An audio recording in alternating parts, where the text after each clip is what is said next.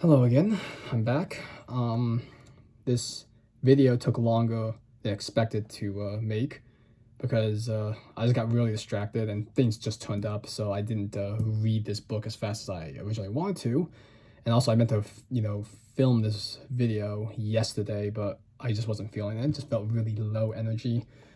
But I'm doing it today. Anyways, but today I'm going to be reviewing Deathchain by Ken Greenhall. It was released in 1991, and you can just see the cover, as always, because I like to show the cover. It's a decent cover. It's not it's not as good as the other chain letter books I've shown before, the covers, but I still like it. But yeah, I'm gonna do my usual thing about like how I, structure the video, and although I will say in this one I'm gonna be do my usual spoiler thing at the end. Like I'll give a warning when I'm gonna spoil a thing, and I'll get into that why I'm doing that this time. But something should mention is the fact that actually this book was originally released in 1991, as I said, by Pocket Books, and something that was a little interesting. Maybe I gotta check if that's the case for a lot of them. On the actual book here, you can see on I guess that would be, well, it's on my right hand. You can see the little kangaroo there. That's Pocket Books logo. But this edition that was released in 2020 was released by Gallery Books. So that was a little weird that they kept the original like logos all there, Anyways, but yeah, you can still get this book. It's been, as I said, 2020 they had this edition, and it's currently in print, although it's not available digitally. Anyways, I'm gonna read the synopsis, then I'll talk, do my usual thing. A computer-generated chain letter begins to circulate among carefully chosen people in Dale Falls, New York. The recipients are all emotionally disturbed, and this is no ordinary chain letter. Its rules are simple. Its results are grotesque. You kill for a stranger, and a stranger kills for you.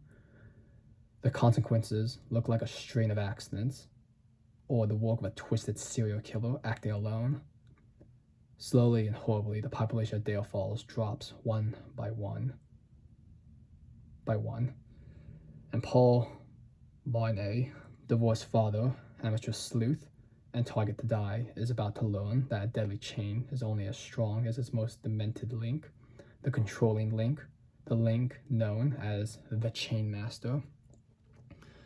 So yeah, as you can tell from there, it's just, it's a chain letter like, oh, you kill somebody and somebody will kill for you. Like I said, you kill for somebody and then somebody will kill for you.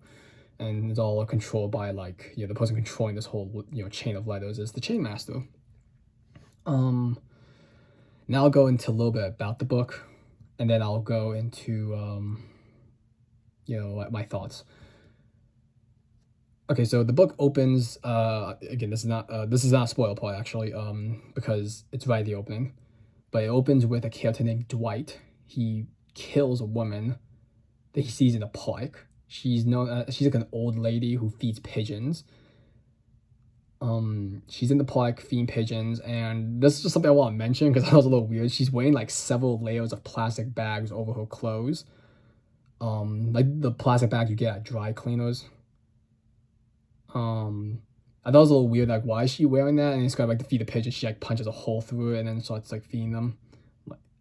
I just thought it was a little weird she was wearing that, but I guess it's because maybe she's feeding the pigeons. She doesn't want to get like, pigeon poo all over, that sort of thing. Anyways, but yeah, he sees this woman and he's ordered by Chain Master to kill her. So he does so by pushing her off of, basically because it's like this park, they actually have a little bit of a waterfall, So he actually pushes her off there and she plummets to her death. And then he just like runs out of there. But Paul, his son, the Paul character I mentioned in the back of the book, his son Luke actually sees Dwight running out of the scene.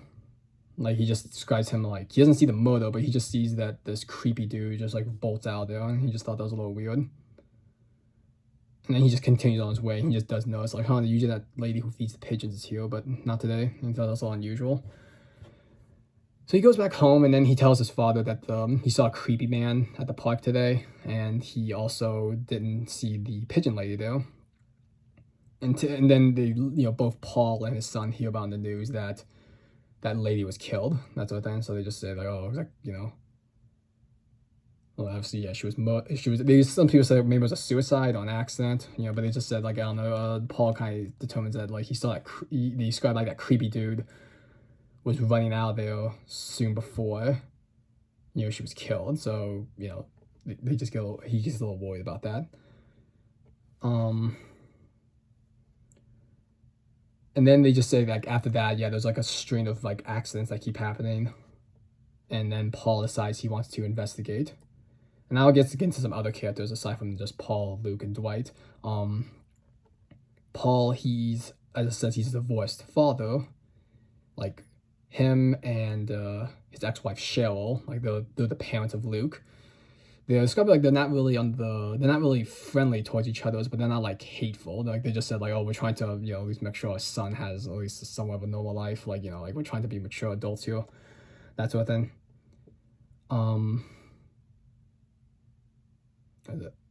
Cheryl's a real estate agent. I forgot to mention that. And that current Paul, his current girlfriend is Hillary, who she's a doctor. Like they describe it, she works at the hospital. I forget exactly what her. I think she's like into psychology, that sort of thing. Anyways, but yeah, basically Paul, he starts investigating these string of accidents because he's concerned because like people are just being killed, and he's kind of also concerned about his son because he saw that weird dude. Anyways, so that's the premise of it. Probably didn't do the best job explaining it, but I did my best. Anyways, now I'm gonna get my thoughts about this book, and now I'm just gonna say that I thought it was all right. It's just okay. Some of my problems with it is that it's just kind of very uneventful. It's just things just sort of like they just sort of happen. Not like how do you say this? Nothing too eventful. It's just kind of Paul investigating these strange accidents that happen, and he's just kind of like it's just not really too eventful. It's just him just sort of going around, and at one point like I guess he starts to become he basically chain master starts to notice that Paul is investigating them. So yeah, I guess now he's in danger and that sort of thing. And I guess another problem with this book is the fact that the kills aren't that great. A lot of them are just sort of as I said with the bird lady, she just gets like someone like the Dwight just picks her up and just throws her off the cliff. Another person just gets pushed out of a window.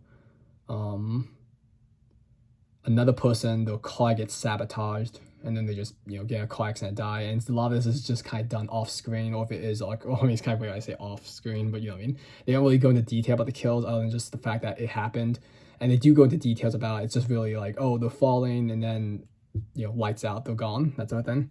So the kills aren't really the greatest, which was a little disappointing. I mean, I guess it makes sense considering the fact how the kills are done here because they're made to be accidents. But still, just I guess it's not really good for anyone who likes gore because it's just sort of the kills aren't really anything to write home about. And this is, like I said, a little like I guess not really a pet peeve, but just something because you see this a lot in like a lot of books and movies and shows. Like the kids, they're really stupid or they're really smart, and yeah, Luke, he's only 11. I think he just acts a little too mature, and he's a little for his age. At one point, Paul mentions the fact that his son's like a genius. He's only 11, so yeah, I guess that he follows that trope. And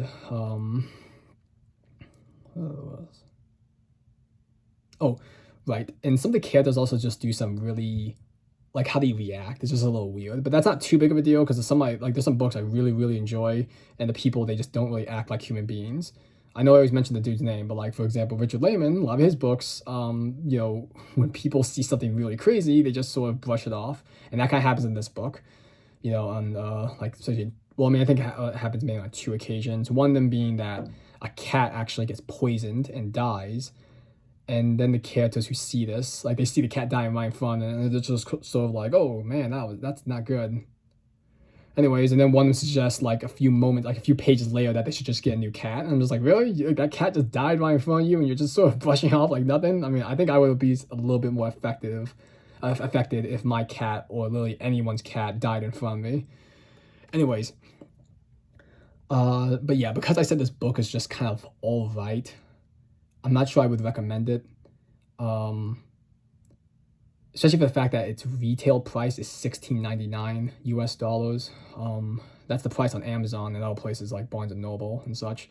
I think I paid a tiny bit more for it because I bought it on Better World's Books. It came on the exact price I paid for it, but anyways. So I just felt a little upset that like this book was just so meh, and I paid a little bit, for it that I should have. So the fact that it's only 250 pages long. So I would say that if you must read like I guess all types of like any kind of like vintage horror book you can get, I would guess you can have some fun with it. Maybe you'll like it more than I did. But yeah, I gave this a 2 out of 5 on Goodreads. So it's just like it was okay. That's what I thought. And like I said, it's not that hard to get. You just have to pay the $16.99, I suppose, or somewhere around there, I guess, or your equivalent. I don't know. And because I'm not really the biggest fan of this book, I do want to talk about the ending. So yeah, now I'm going to talk about spoilers because I want to talk about this point because the spoiler thing I thought was like, really, this is just like it's not really it's kind of random and convoluted. But yeah, so that again, that's my thoughts. So if you want to read this book, then turn off the video now. All right, so spoilers in 5, 4, 3, 2, 1. All right. The killer is actually, well, basically, yeah. As these murders are happening near the end, like it's within like the last like 15 pages, it's revealed who the killer was. Although within the last like 30 pages, in my opinion, it was kind of obvious who the killer was because they put some like there's a bit of evidence. I mean, like, because they give like a red herring, and it's kind of like, well, it's too obvious a red herring, and it's like really the only character who could possibly be, well, I said killer, but I meant like who's the chain master. The only person who could be chain master is kind of obvious at that point, and it's revealed to be Hillary, the person I mentioned, who Paul's dating, but actually like within the 50 pages, Paul actually dumps her because he actually wants to go out with a friend who she's like an actress. She does like performance on stage, and I think they said she did some stuff in a movie and stuff like that. They describe like, oh, she's like so beautiful and enchanting and charming that he just couldn't help but to just tell Hillary like, I think it's best if we just call off here, and she gets distraught. But they just said that, hey, yeah, how the murders they were happening before he broke up with Hillary, and they described like she was just doing this because I said the fact she's a doctor. For some reason, she just decided to do this experiment. Like, hey, I want to do this experiment, like, to see, like how she's saying like, oh, everyone has somebody they want to see dead. So she decided to do this whole chain letter thing, like, oh, you kill for somebody, and somebody will kill for you, and she picked people she knew were not like psychologically all there as a thing. And she even made like a computer program to not only to like to create these chain letters, but also to like take account all the variables and possibilities that can happen, and like who will be the best candidates for this whole experiment she's doing. And it's just a little like, just like, really? So you made this whole computer program that would take account all the variabilities about these people, how would they would react, and like, oh, what will be the best odds, and all these other things. It just seemed kind of convoluted, and especially at a certain point in the book, just sort of like, yeah, she got really lucky that she was so good at guessing the human mind, and also her program didn't screw up, Especially the fact that made it so weird. It's like, this is a 91 book. So I thought it was weird. Like, damn, she made a really good program. Even like I think even today, some programs couldn't take account to all the variables. But yeah, she's basically doing it because of a weird experiment. And then when Paul dumps her, she decides to like have someone kill for her. And that's when that sort of thing. And then that's when her plan starts falling apart because they said like, oh, before it's just an experiment, but now she decided to make it like a personal vengeance sort of thing. And that's when she got sloppy. So yeah, that's the spoiler. So I just couldn't help but think like when I was reading it, and I was like on the last 20 pages, I'm like, yeah, it was kind of obvious who it was in my opinion, just because like I said, they put like a red herring, it was a little obvious, and like like I said, it just seemed like really weird. Like, so she was just doing this because she was just crazy, I guess. I wanted to just do some weird ass experiment.